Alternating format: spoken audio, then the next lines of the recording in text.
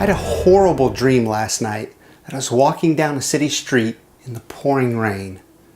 As I walked past the dark alley, I could hear sounds of a struggle coming from behind a dumpster.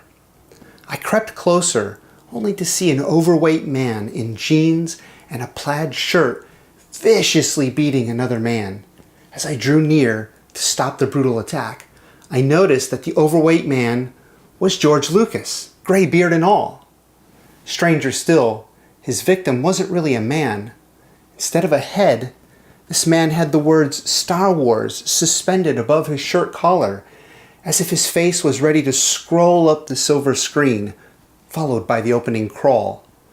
George Lucas was beating the hell out of Star Wars. I was paralyzed by shock, only then realizing that George was wearing heavy brass knuckles with the words prequels stamped into the metal. He carried on the beating despite my screams of horror, turning poor Star Wars into a bloody pulp. Finally, I tossed some cash onto the wet ground. George ceased the attack to snatch up the dirty bills and scurry away down the alley, chortling happily. I called out for help, hoping someone with some medical knowledge would come and help the battered Star Wars. A man with curly dark hair ran into the alley and knelt over the downed Star Wars. He introduced himself as J.J. Abrams, but his face was too difficult to see due to excessive lens flare. He went to work on Star Wars, doing what he could to bandage the beaten, broken franchise. He worked quickly, clumsily though, giving what aid he was capable of. Then he helped Star Wars to stand, waving me over to help. He said, "We must get him to the St. Disney Hospital around the corner." So slowly, carefully, we helped Star Wars limp along. As we neared the mouth of the alley, I heard a metal click from behind. Someone had cocked the hammer of a gun.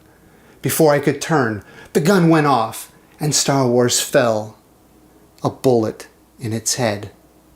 JJ and I turned in horror to see the grinning face of Rian Johnson, lit by lens flare. He tossed the pistol carelessly over his shoulder, saying, "Nailed it." JJ held me back as I lunged toward the evil director. "It's a story for another time," JJ said.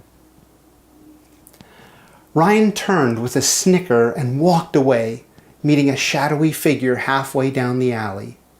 It was Kathleen Kennedy. She high-fived Ryan, Top Gun style, and they walked hand in hand into the shadows. As they did, a dumpster lid popped open and George Lucas crawled out, and cackling madly, he followed them into the dark.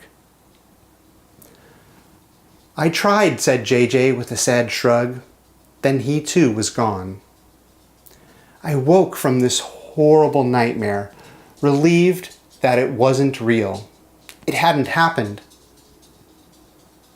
Then a cold chill crept over me as I realized it was all true.